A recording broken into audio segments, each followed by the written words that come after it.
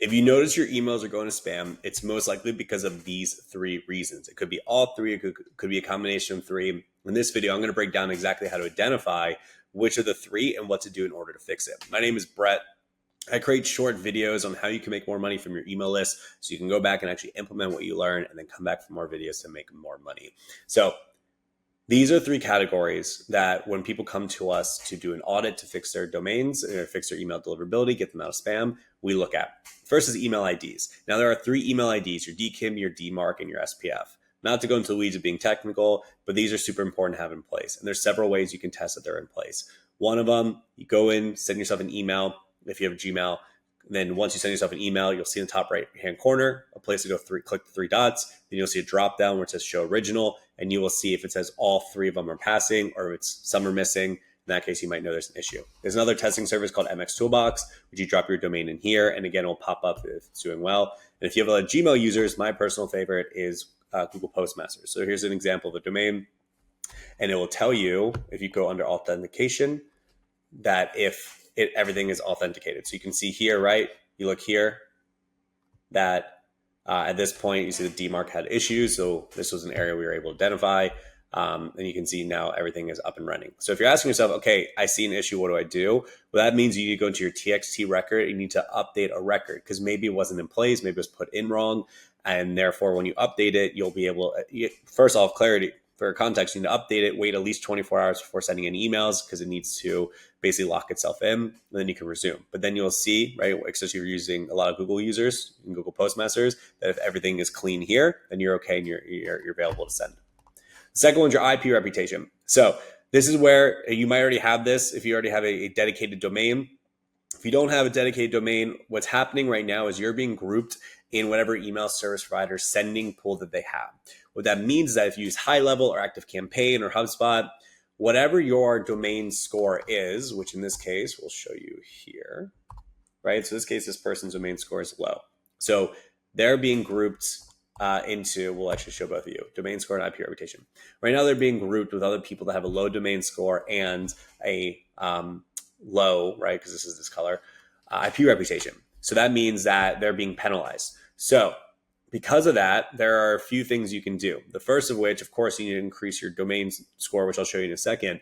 But because you're being penalized by other people, you're going to be pulled down as you're trying to improve yourself. So an easy fix here is go ahead and set yourself up on a dedicated IP, which is not going to fix the issue. But what that means is that then you're actually in control of your own actions versus you being dragged down by other people, which is a slower ability to get out of it. So to say this differently, once you have your own, if you had a high IP, then you want to stay there because now you're being positively impacted by others. But if you're in a low one, once you move yourself to your own dedicated IP, you then control your own outcome. But you still need to know what you're doing in order to get it out. But for technical reasons, this is the second thing I look for. So if I see that someone's like this, I'm like, okay, I need to move you on your own dedicated IP so we can have more control of getting you out. Now, the third.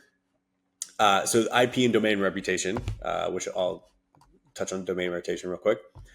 Basically, if it's at low or bad, a lot of your emails off the bat are going to spam. And so you need to increase this. Now, the way to increase this actually ties into what the third one is, which is user report spam rate. But the way to increase this is two ways. Actually, there's several ways, but I'll say three ways in particular. Number one, you want to mail to your most active people. So you need to have your tags in place. And this is specific if you're doing a lot of broadcast emails. So ideally, you should already be emailing at least your 30-day openers. But if you're in a situation like this, you need to drop down to mailing at least, you could be your 7-day openers, depending on the size of your list. So it's all subjective. If you have a small list, 7-day openers may not be enough data. So you might need to increase it up to like potentially 21 or even 30, depending on the size. If you're a larger list, this is fine. And you can even do not just openers, but 7-day clickers. If you're getting like hyper specific, the difference is 7-day clickers are people who have clicked an email in the past 7 days, just for clarity. Now, what you're going to do is, yes, you're going to send to those people. Yes, you're going to be like, wait a minute, aren't I missing out on a lot of sales opportunities? But you're already going to spam. So the reality is just trust me on this. And what you're going to do is send them emails that they'll click on and then they'll reply to. So I always mix up the cadence. Some days are clicking emails, some days are reply emails. Some days are clicking, some days are reply. And then what you can do is you can take everyone that is not in this list, you can put them on a different domain and you can still email them, but you're not doing it on the main domain, so you don't impact your opportunity to have your domain score being low. That's a ninja trick. Hit me up in the comments. I'll show you specifically what I mean, but that will allow you still to mail everyone. But what this will do is over time, and it's all different. It could take 30 days, it could be 6 days, it could take 90 days. But you will then start to see your reputation go up to medium and then go up to high, which means you'll see overall your open rates go up. An indicator of knowing when to start adding more people into the list that you're emailing is once you gradually see about like 200 to 500 more opens per each email that you're sending. It doesn't mean like each email has additional 200 to 500, but consistently seeing about 200 to 500 more opens than previous emails, then you can start adding a little bit more people in there. I recommend adding 500 new people at a time per email once you hit this threshold, because then you can just see how the algorithm is going to adjust when you're adding new people. Again, if that's confusing, hit me up. I'll explain that in much more depth. I'll also record another video on that there. And then the last one is spam rate. So specifically user reported spam rate. So these are people going in and specifically marking your emails as spam. So which is why you want to make it very easy for them to unsubscribe. Because also think about it, you don't want people on your list that don't want to be there. So if you have a high user reported spam rate, because you want to be 0.3% or lower, not 3%, 0.3%, there's several factors that could be causing people to do this. Number one, they don't want to hear from you anymore. Number two, they may not know how they got on your list. Number three, they're trying to get off your list. They don't know how to get off your list, so they're resorting to marking you as spam. So there's several things you can do. Number one, I always send an email to a list, be like, hey, do you want to still be here? Reply yes or reply no. Because if they reply no, I just remove them. Why is that also good? You get a reply boost, because the more replies you get, the better it is. But also it's like a list cleanup, which is like super healthy.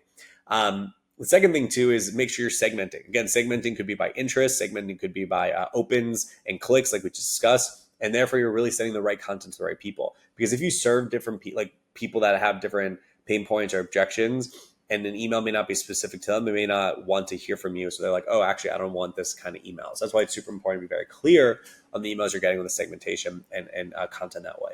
So this is a more technical video, but I wanted to give you, these are the 3 things I look for when taking over someone's account to understand what's off and how to fix it.